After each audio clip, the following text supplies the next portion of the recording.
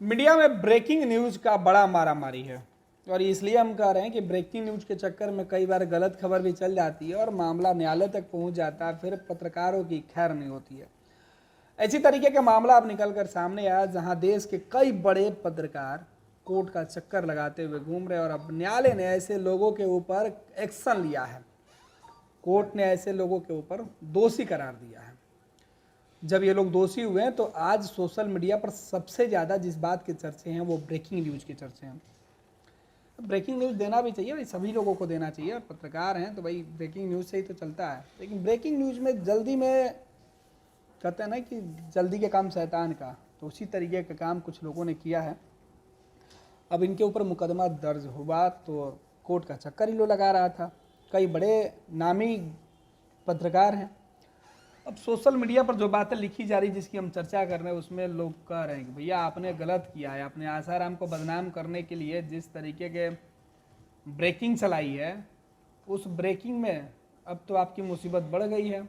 कई लोगों ने कहा कि जिस तरीके से ये ब्रेकिंग के चक्कर में सारा खेल हुआ है इसमें बड़े बड़े पत्रकार आ रहे हैं। एक दीपक चौरसिया हैं, उनके खिलाफ ये मामला है। पूज्य बापूजी महाराज के खिलाफ आपने जो खबर चलाई थी एक नाबालिग के साथ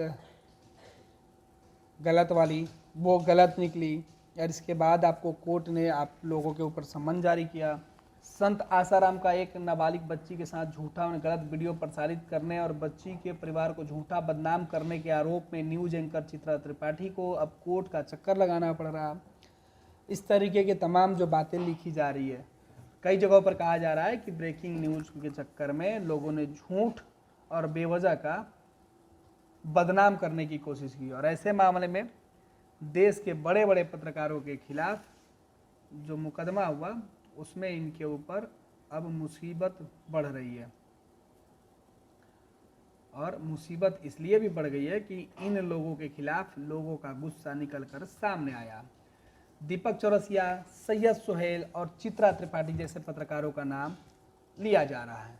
लोग पूछ रहे हैं कि कितना सच कितना झूठ। अब ब्रेकिंग न्यूज के मामले में भाई साहब कई लोगों के नाम हैं। अब इन लोगों के ऊपर जो है सीधे तौर पे आरोप तय हो गए हैं और अब कहा जा रहा है कि हिंदू संतों को बदनाम करने वाले इन पत्रकारों के खिलाफ कोर्ट ने आरोप तय कर दिया है। इन 8 अपराधियों को बार बार कोर्ट में धक्के खाने पड़ रहे हैं। मीडिया ने ब्रेकिंग न्यूज को दिखाने के चक्कर में जिस तरीके से लोगों का भरोसा तोड़ा है उस पर अब आप लोगों की क्या राय है? यह पूरा मामला यौन अपराधों से बच्चों का संरक्षण अधिनियम पास्को के तहत पत्रकार दीपक चौरसिया, चित्रा त्रिपाठी, अजीत अंजुम, राशिद हाशमी समेत 8 मीडिया के पेशेवर से जुड़े हुए लोग हैं उनके खिलाफ गुरुग्राम की एक विशेष अदालत ने आरोप तय कर दिया है। यह मामला साल 2013 का है। इन सभी पर भारतीय दंड संहिता धारा 120 भी, आपराधिक साजिश 469/471, जालसाजी, सूचना एवं प्रौद्योगिकी अधिनियम की धारा 67 भी, बच्चे को ऑनलाइन उत्पीड़न करना एवं 67 इलेक्ट्रॉनिक रूप में अश्लील सामग्री की प्रकाशित या प्रसारित करना और पॉस्को एक्ट की धारा 23 मीडिया द्वारा पीड़ित बच्चे की पहचान जाहिर करना, अश्लील प्रयोजनों के लिए बच्चों का उपयोग करना के तहत मामला दर्ज किया गया था। अतिरिक्त एवं सत्र न्यायाधीश शशि चौहान ने कुल 8 लोगों के लिए यह आदेश दिया है, जो सोमवार से यह आदेश सार्वजनिक कर दिया गया है। दरअसल नाबालिग बच्ची के रिश्तेदारों ने इस मामले की शिकायत की थी। शिकायत में 3 समाचार चैनलों के न्यूज़ 24, इंडिया न्यूज और न्यूज नेशन के खिलाफ ये वीडियो प्रसारित करने का आरोप लगाया था। शिकायत में लिखा गया था कि 2 जुलाई 2013 को आसाराम बापू और उनके 3-4 अनुयायी हमारे घर आए। मेरी पत्नी, उनकी सहेली और बच्चे भी वहां पर थे। हमने उनकी पूजा की और उन्होंने हमें आशीर्वाद दिया।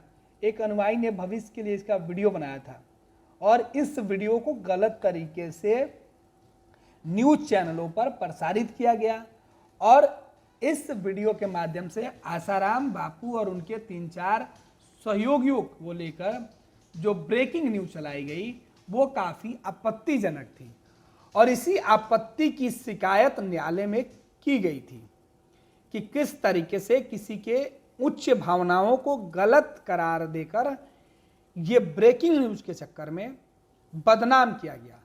जो न्यायालय में आरोप लगाया गया उसमें कहा गया कि नाबालिग बच्चों को सीधे तौर पर उनकी तस्वीरें सार्वजनिक की गई, उनकी पहचान सार्वजनिक की गई, उनको बदनाम करने की कोशिश की गई, उनके परिवार के लोगों को बदनाम करने की कोशिश की गई। उनके यहाँ जो लोग उस वक्त पहुँचे थे आसाराम बापू के साथ, उन सभी लोगों को बदनाम की गई। और इसमें आधा दर्जन से ज़्यादा जो मीडिया हाउस में काम करने वाले वरिष्ठ पत्रकार थे उनका नाम था। अब ब्रेकिंग न्यूज़ तो ब्रेकिंग न्यूज़ है, हम इसके ना पक्षधर हैं और ना ही विरोधी हैं, लेकिन सवाल यही है कि क्या मीडिया पर से लोगों का भरोसा उठ रहा है? ऐसे अगर कोई पत्रकार करे ब्रेकिंग न्यूज़ के चक्कर में तो लोग किस पर भरोसा करेंगे? पत्रकार को लोग समाज का आईना समझते हैं, सोचते हैं कि वो जो बातें बताएंगे उसका सही होगा, उसका समाज पर बहुत असर पड़ता है। लेकिन अपने लाभ के लिए, अपने टीआरपी के लिए अगर इस तरीके से जल्दीबाजी में गलत सूचनाएं अगर लोगों को दी जाएगी तो सोचिए समाज पर इसका किस तरीके से बुरा असर पड़ेगा। अब इस तरीके के मामले में न्यायालय का आदेश है, टिक्का टिप्पणी ज़्यादा नहीं हो सकता है, लेकिन सवाल तो खड़ा हुआ है कि ब्रेकिंग के चक्कर में कोर्ट के बाहर चक्कर लगाने वाले पत्रकार अब क्या करेंगे? देश के बड़े पत्रकारों के नामों की चर्चा है, देश के बड़े न्यूज़ चैनलों के नामों की चर्चा है, और नाम और बदनाम के चक्कर में यह पूरा खेल खेला गया था। अब कोर्ट का फैसला आगे क्या कुछ होता है वो देखना होगा, लेकिन अब ब्रेकिंग के चक्कर में जिस तरीके से लोगों का भरोसा मीडिया पर से उठते जा रहा है, उस पर सोशल मीडिया पर लोग सवाल उठा रहे हैं। अब चलते चलते यह सवाल भी सबके लिए कि पत्रकारिता जगत में इतने नाम कमाने वाले ये बड़े पत्रकार देश के बड़े बड़े शैक्षणिक संस्थानों से पढ़े लिखे हैं, और इनकी शुरुआती जो ज्ञानवर्धन हुआ होगा उसमें ब्रेकिंग न्यूज़ के सही मतलब इनको समझाया गया होगा। बड़े बड़े यूनिवर्सिटी से ये टॉपर रहे हैं, अच्छी पहचान इन्होंने बनाई, फिर ये इतने पढ़ने लिखने के बाद आखिरकार ब्रेकिंग न्यूज़ का मतलब क्यों नहीं समझ पाए? क्या जो किताब के पन्नों पर इन्होंने पढ़ा था उसको जीवन में नहीं उतारा, लिहाजा आज कोर्ट कचहरी का चक्कर लगाना पड़ रहा है?